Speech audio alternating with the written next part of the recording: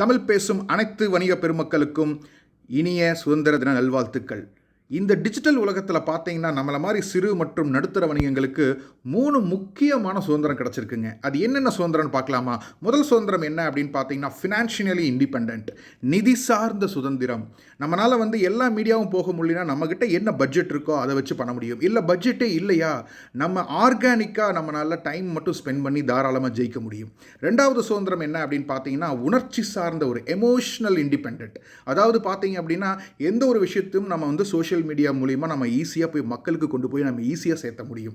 அதே மாதிரி மூணாவது சுதந்திரம் என்ன அப்படின்னு பார்த்தீங்க அப்படின்னா இன்டெலெக்சுவல் இண்டிபெண்டன்ஸ். அதாவது அறிவு சார்ந்த ஒரு விஷயம். 10 வருஷம் முன்னாடிலாம் நான் சில விஷயம் கற்றுக்கணும் அப்படின்னா நான் நிறைய செலவு பண்ணணும். ஆனால் இப்போது எல்லாமே எனக்கு இலவசமாக கிடைக்குது. ஸோ இந்த 3 சுதந்திரம் கிடைச்ச இந்தியாவுக்கு நம்ம என்ன சொல்லலாம், ஒரு டிஜிட்டல் இண்டிபெண்டன்ஸ் டேவாக நாம் இன்றைக்கி கொண்டாடலாம்.